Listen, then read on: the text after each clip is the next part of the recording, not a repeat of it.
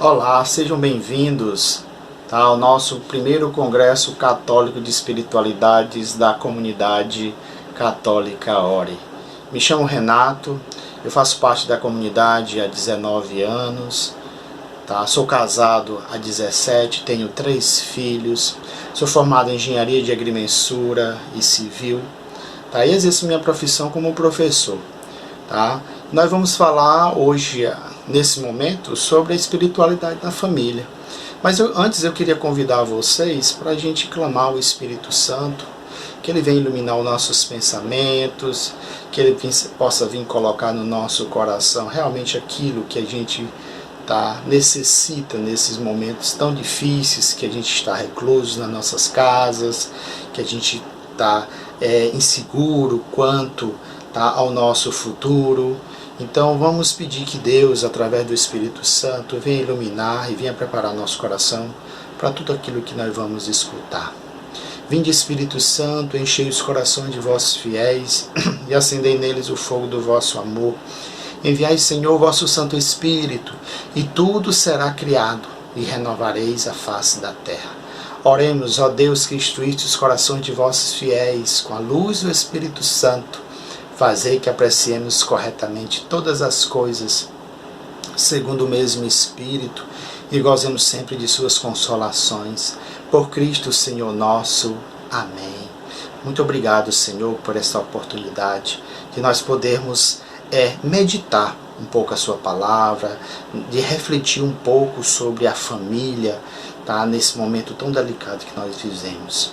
Então, no primeiro momento, Deus, para a gente se adentrar no nosso tema sobre espiritualidade, o quanto é importante a família ter momentos de espiritualidade, crescer em espiritualidade, porque a espiritualidade nos conduz a gente nos aproximar de Deus e as pessoas que amamos. Então Deus nos chama inicialmente a viver a santidade, a viver uma santidade matrimonial.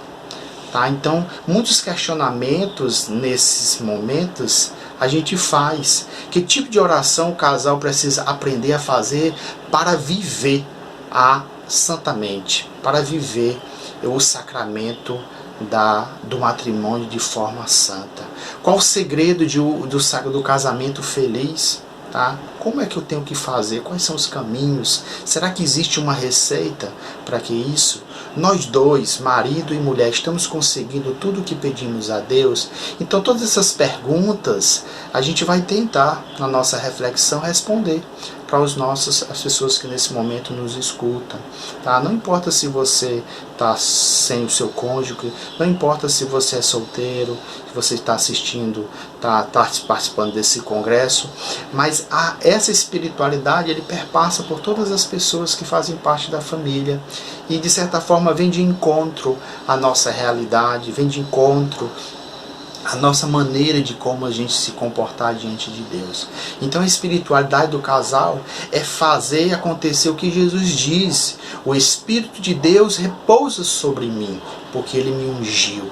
Então você pode dizer a mesma coisa. Ele nos unge como casal para transformar nossa casa num pedacinho do céu. Santa Teresinha do Jesus, ela, em algum momento da sua vida, ela diz assim: eu já não precisava mais ir para o céu, porque eu vivo o céu aqui na terra. Então, ou seja, essa sensibilidade de conseguir visualizar o céu aqui na terra, de viver o céu aqui na terra, esse é um dos desafios do sacramento. É um desafio da família. O que é viver um pedacinho do céu? Então a vocação matrimonial é para ser um sinal visível e palpável da Santíssima Trindade. Por isso ela é santificadora para si e para os outros. Por isso é fonte de santidade. Mas a gente se questiona como fazer acontecer, como ser uma família santa, como ser uma família que vive a santidade no sacramento do matrimônio.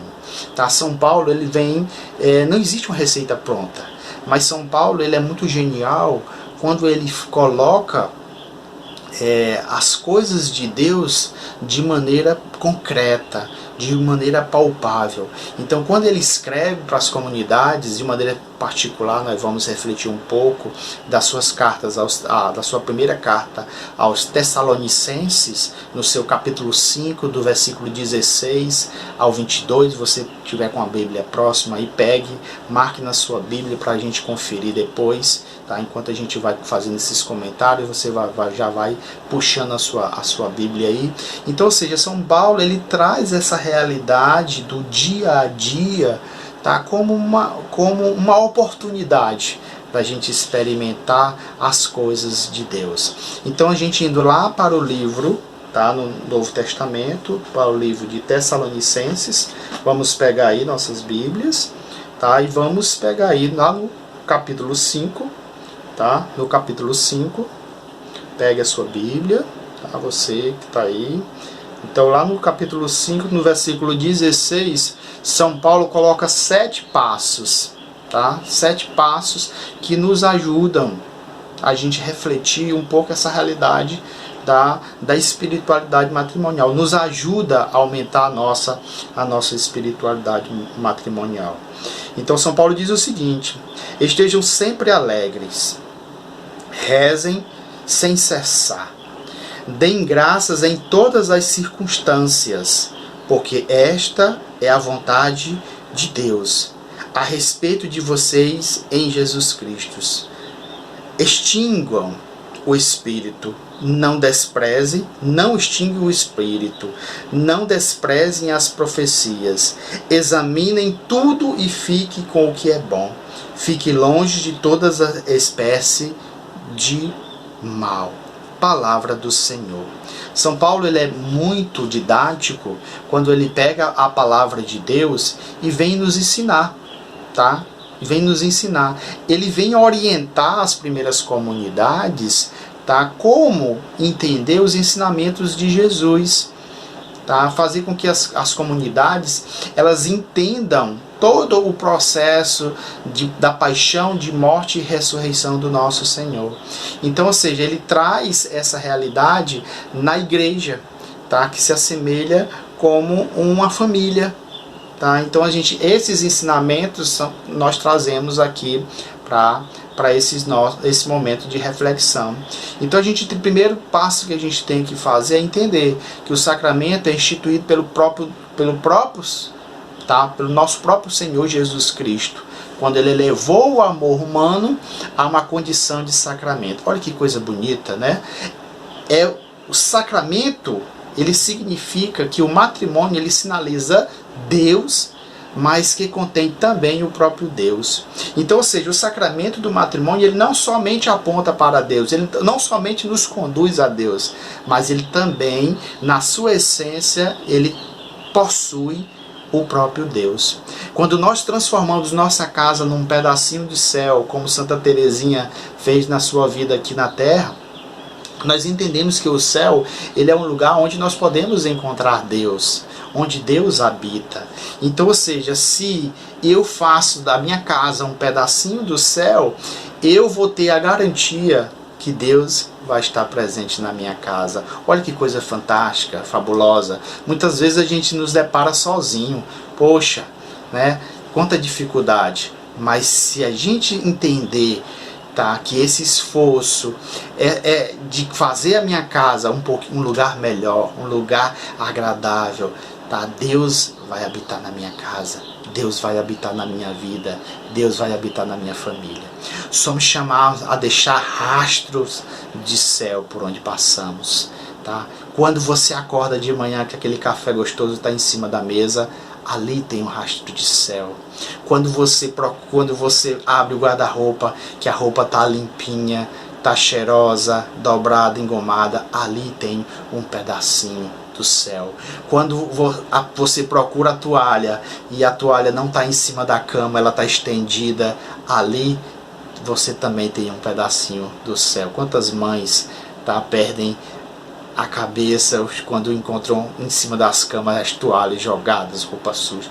Então, ou seja, à medida que nós fazemos do nosso ambiente um lugar amável, um lugar onde as pessoas elas se sintam bem, onde as pessoas elas tenham o mínimo de irritação possível. A gente está fazendo da nossa casa um pedacinho do céu. A função do marido e da mulher é reproduzir Deus. Reproduzir Deus em todas as suas atitudes, em todas as suas ações. Tá, segundo o saudoso Padre Léo, por onde passarmos deixar rastros de Deus. Então, ou seja, à medida que nós entendemos que Deus faz parte da nossa vida, que Deus faz parte da nossa casa, tá? Essa espiritualidade matrimonial, o trato do marido com a esposa, da mãe com os filhos, dos filhos para com os pais, isso tudo, ele permeia a Santíssima Trindade. E à medida que as pessoas olham para a gente, elas percebem Deus. E isso, tá, deixa rastros de Deus aonde a gente passa, onde a gente habita, onde a gente percorre, onde a gente se movimenta. Isso precisa ser feito no dia a dia da vida conjugal, da vida matrimonial, da nossa vida, da vida sexual do casal. Somos chamados a compreender nossa humanidade, a nossa sexualidade como um dom de Deus, como a presença de Deus, como a graça especial de Deus. Viver o Espírito Santo na nossa vida, tá? Nos conduz à espiritualidade na família. Viver segundo o Espírito, não segundo a lógica desse mundo. Um novo jeito de viver o sacramento do matrimônio. Um novo jeito de corrigir o outro. Um novo jeito de acolher o outro. De ver as limitações do outro e aceitar o outro como ele é de fato. Marido é chamado a curar a esposa. Esposa é chamada a curar marido. Um é chamado a curar o outro. Deus vem habitar nessa casa. Mas como fazer isso, Renato? Como fazer isso? Como é difícil. Tá? Como é possível viver sempre contente? E se tem dias que eu amanheço triste, que eu amanheço amargurado, que eu amanheço com raiva, que eu não quero ver a cara de ninguém, como é que é possível fazer isso? Aí São Paulo vem colocar pra gente os passos, tá? Primeiro passo de São Paulo, viver sempre alegre. Versículo 16. Estejam sempre alegres, estejam sempre contentes. Tá? Manter a tristeza, mandar a tristeza embora do seu coração.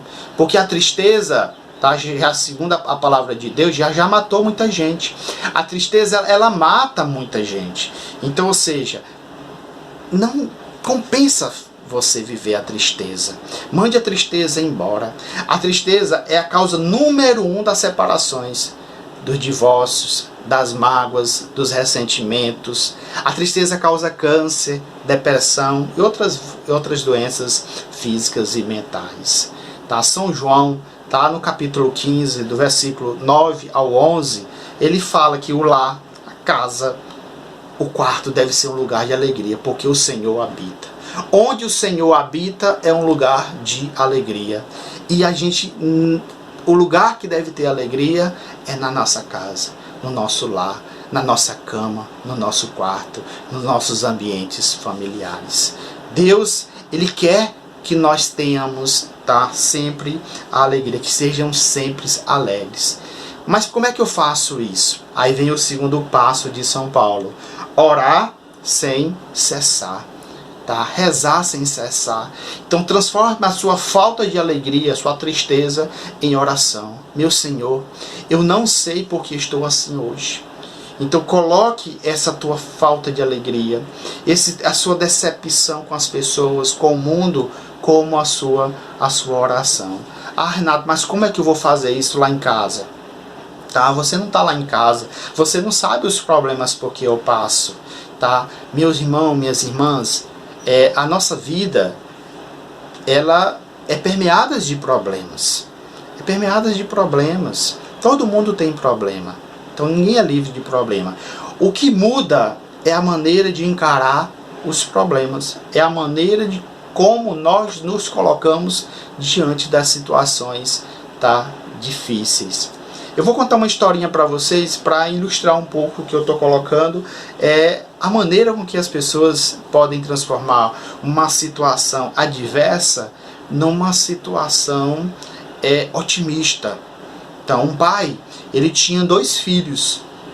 Ele percebia que um filho, por mais que ele tentasse agradar ele, tá, ele tinha atitudes pessimistas. Ele sempre achava que as coisas não davam certo com ele porque era com ele. E ele tinha o outro filho que já pensava o contrário. Ele achava que tudo tinha algo que pudesse beneficiar ele, que ele pudesse tirar um momento de alegria daquela situação. Ele pudesse extrair uma coisa boa daquela situação. Era mais ou menos assim. Então o pai fez um teste com esses 2 filhos. Então um filho ele deu um presente e o outro ele fez uma pegadinha para ver a reação dos 2. Ele deu um presente para cada um dos 2. Então ele pegou e comprou uma bicicleta e deu para o filho pessimista. E o filho, na hora que abriu o presente, que olhou para o presente, disse: ai meu Deus, até que eu aprenda a andar de bicicleta, quantas quedas, quantos tombos eu vou levar, meu joelho vai se machucar, eu vou ralar os meus cotovelos. Então ele viu aquele presente como algo que não foi bom. O outro filho, ele pegou uma caixa, colocou esterco de animal dentro, esterco de um cavalo, de um equino, né? E aí ele deu para o filho. Na hora que o otimista abriu a caixa, que ele viu o esterco, ele disse: cadê o meu cavalo, papai? Olha a diferença, a percepção da vida vista de maneiras diferentes. Então, às vezes, a gente não tem que se alegrar com as nossas desgraças, não tem que se alegrar com a dificuldade, mas a gente pode fazer da nossa dificuldade um motivo de louvor a Deus, de oração, de entrega. Senhor, me ajuda a passar por essa dificuldade, me ajuda a me fortalecer. São Paulo ele não fala que seja contente de vez em quando, ele fala que a gente tem que cultivar a alegria. Nós somos chamados a mudar a nossa realidade, porque amar é morrer um pouquinho todo dia. Amar é ter a coragem de se derreter, E é por isso que São Paulo ele coloca: orai sem cessar e deem graças em todas as circunstâncias, porque esta é a vontade de Deus a respeito de vocês em Jesus Cristo. Em todas as circunstâncias da graça, inclusive nas situações difíceis. Todos nós gostamos de festa, gostamos de alegria, mas também nós tomamos, às vezes nós tomamos, crescemos um pouco quando a gente passa por momentos difíceis, quando a gente ultrapassa momentos difíceis. Se você encontrar uma pessoa triste, desmotivada, depressiva, drogada, ela vai sempre dizer que perdeu algo. Perdi minha saúde, perdi meu emprego, perdi minha esposa, perdi meu marido, Então, de fato, você vai perder a sua saúde, você vai perder seu emprego, você vai perder seu casamento, você vai perder tudo. Prepare-se para perder. Nós não somos preparados para perder. Por isso, viva intensamente hoje, porque você vai perder. O único jeito de você não perder nada e ninguém é guardando essas pessoas e essas coisas no coração de Jesus. É o único jeito de não perder. Não tem outro jeito, Não tem outro jeito. Se tudo que você guardar no coração de Jesus, ou colocar no coração de Jesus, tudo que você colocar, você não vai perder. Então, preparar-se para a experiência de perda nos faz mais forte. O vento é que faz a árvore ficar forte. O fogo é que molda, é que molda a resistência do aço. Cada circunstância de sua vida, por mais dolorosa que ela tenha sido, fez você crescer um pouquinho.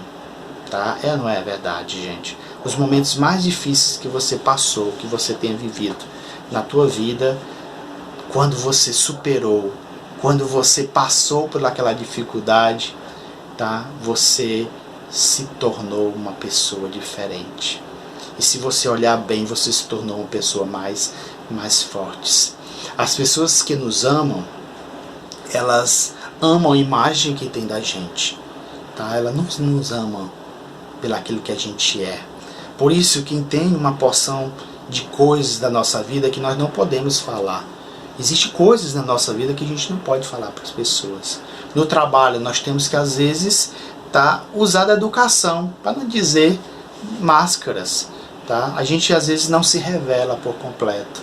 Por quê? Porque nós temos, tá, nossos defeitos, nossas falhas, e às vezes a gente não quer, às vezes, expor isso para as pessoas, tá? Às vezes a gente tem que dizer sim para o patrão, às vezes a gente tem que falar sim para o cliente, mesmo você tá na repartição, na loja, você sentindo aquela dor de cabeça nas pernas, daquela noite mal dormida, você tá lá sempre sorrindo, mostrando um bem-estar que não existe. Então, gente, a gente não é, tá, como a gente é em casa. Então a casa é o lugar para a gente ser verdadeiramente o que a gente é.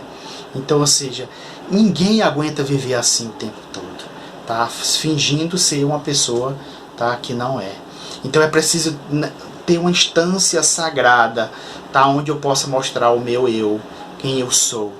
Até mesmo Jesus precisou disso. Quando Jesus ia para Betânia, na casa do Lázaro, da Marta e de Maria, tá, Jesus podia ser ele mesmo, podia ficar à vontade na casa de Pedro, em Cafarnaum. Até mesmo Jesus precisou, tá, ser ele mesmo, ficar à vontade, tá, não precisar de viver de aparências com ninguém. Ele precisou estar lá relaxando, tá, conversando coisas, tá, que talvez não tivesse tanta importância, tá, que pudesse ser ele mesmo ali. Não que Jesus tenha usado máscara, Jesus foi a pessoa mais aberta, tá, mas foi a pessoa que às vezes tinha que ter uma postura mais relaxada. A gente chega mais em casa, a gente fica mais à vontade, não é ou não é verdade? Tá? Quando Marta questiona que Maria está aos pés de Jesus escutar, Jesus sabe muito bem que os afazeres domésticos, naquele momento onde tinha visita, tinha uma certa prioridade. Mas Jesus, o que é que fala para Marta? Maria escolheu a melhor parte. Então nós também podemos escolher, tá, esse ambiente da nossa instância sagrada, que é o nosso lar. Então a família é chamada a reproduzir o amor de Deus, tá, que vive na Santíssima Trindade. Jesus não tinha segredo.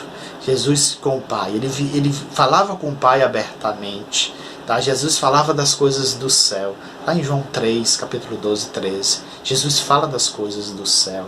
Então reproduzir a Santíssima Trindade na nossa família de forma humana, o espiritual, ele virá como uma consequência desse humano, dessa ternura. Isso é viver sempre contente, segundo São Paulo. É ser você mesmo, tá, na tua casa, no teu ambiente. Só podemos viver sempre contentes se podemos chorar no colo de alguém. Olha aqui que coisa fabulosa que o Senhor coloca no nosso coração. A gente só pode viver contente se a gente tiver a oportunidade de chorar, tá, no colo de alguém que a gente sabe que nos ama.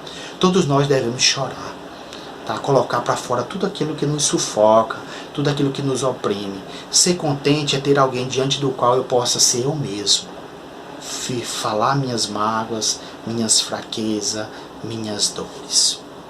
São Paulo continua dizendo: não extinguam, tá, o espírito. No dia que você se casou e transformou o seu casamento em sacramento, Deus lhe deu um presente, o Espírito Santo. Olha que maravilha. Então o Espírito Santo é o nosso motor, é o nosso propulsor, tá, das nossas ações. Ele é que vai conduzir, ele é que vai nos direcionar, ele é que vai fazer com que essa chama sempre permaneça acesa. Temos que entender que o Espírito nos move para sermos melhores. O Espírito, ele nos conduz marido e mulher para serem bons pais, tá? Bom esposo, boa esposa. Como eram os apóstolos antes do Pentecostes sem o Espírito Santo. Eles eram inseguros, eles eram medrosos, eles eram receiosos, eles eram frágeis. A partir do Pentecostes, porque porque essa foi a promessa de Jesus. Tá? Então eles receberam o Espírito Santo e se tornaram seguros da sua vocação, da sua missão. Eles se tornaram corajosos, confiantes, destemidos, cheios do Espírito Santo. São Paulo continua dizendo: não desprezeis as profecias.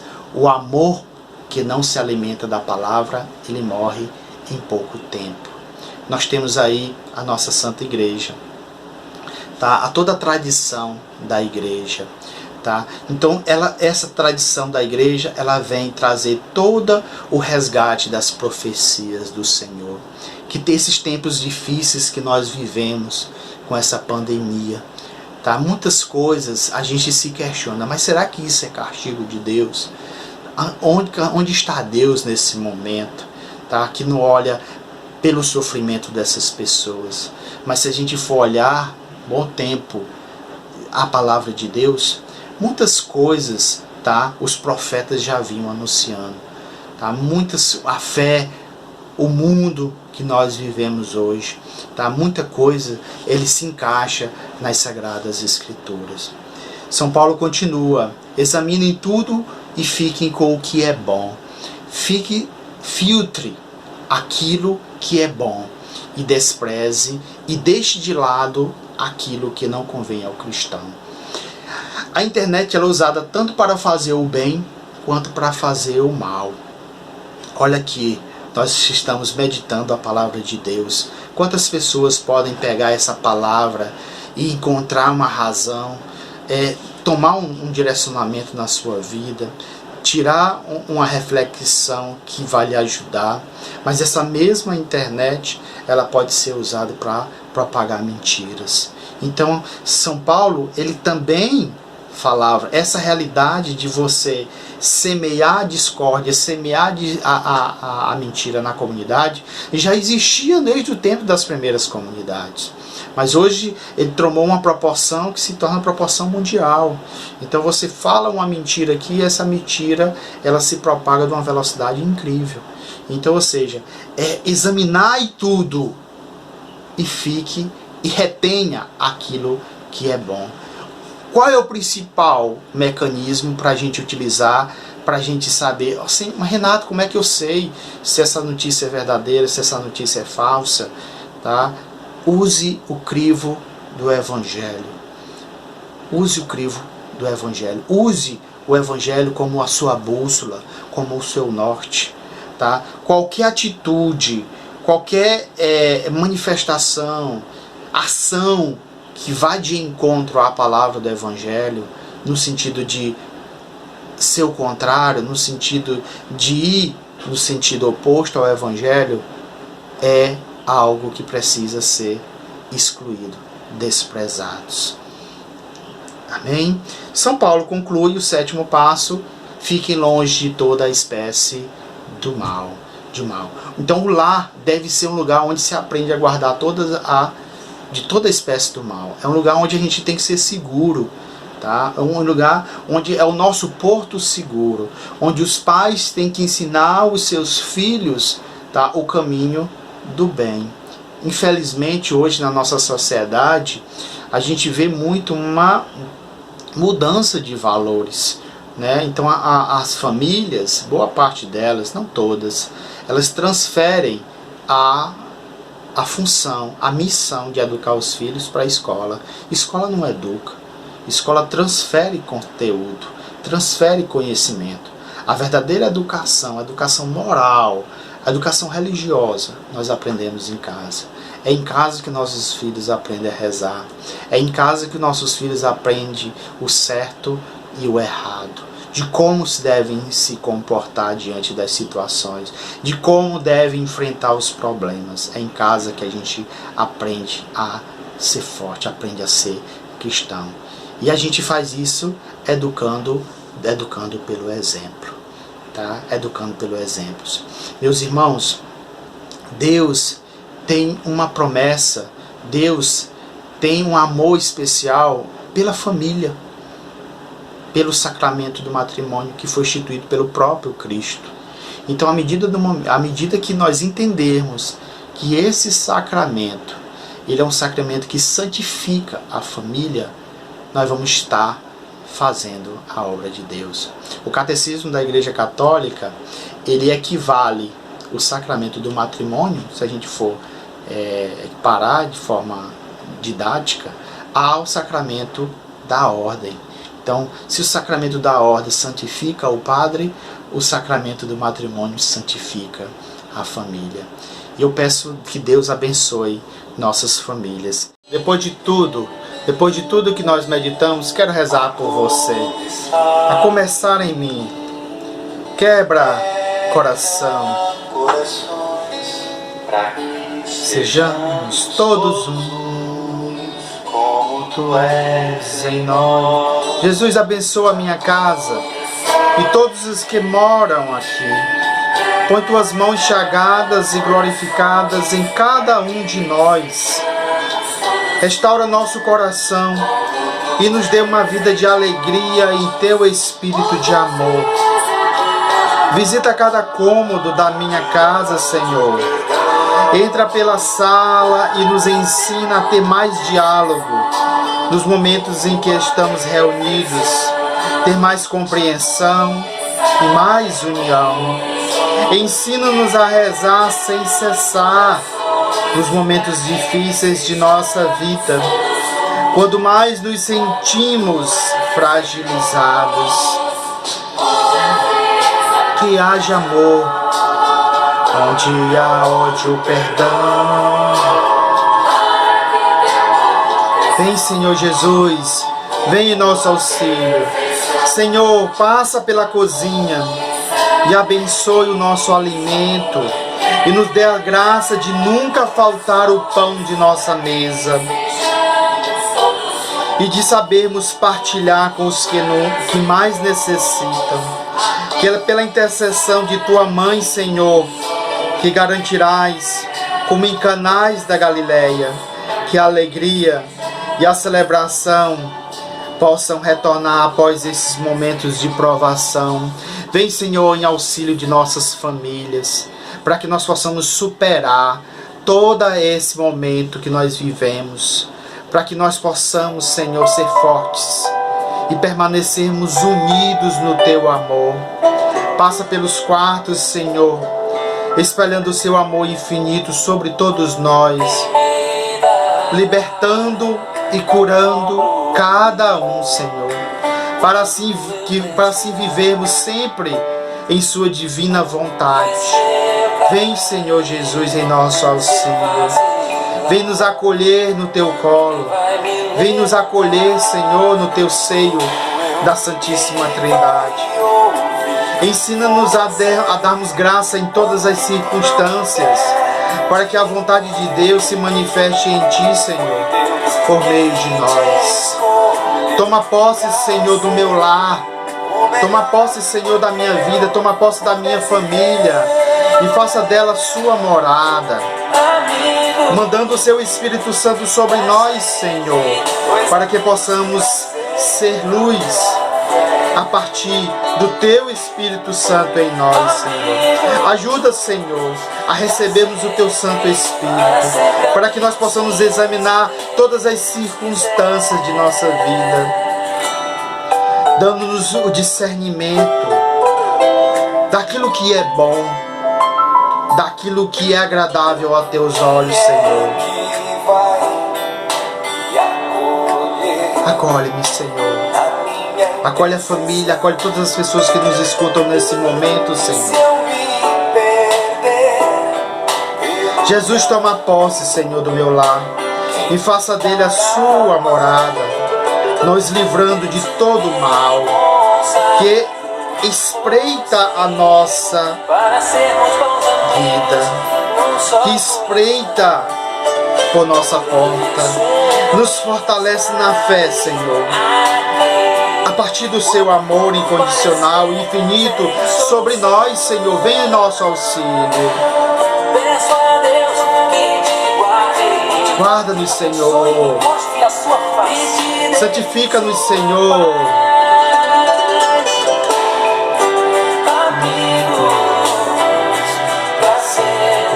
Seja nosso amigo, Senhor. Fica conosco, Senhor Jesus. Fica conosco, permanece conosco, Senhor, diante dessas adversidades porque nós vivemos, Senhor. Vem em auxílio, Senhor, de todas as pessoas que nos clamam, que nos pedem oração, que nos pedem ajuda. Vem, Senhor Jesus, vem em nosso auxílio. Santifica, Senhor, a minha família, Senhor, e que assim seja, Senhor, sempre através do século, Jesus. Vem, Jesus amado.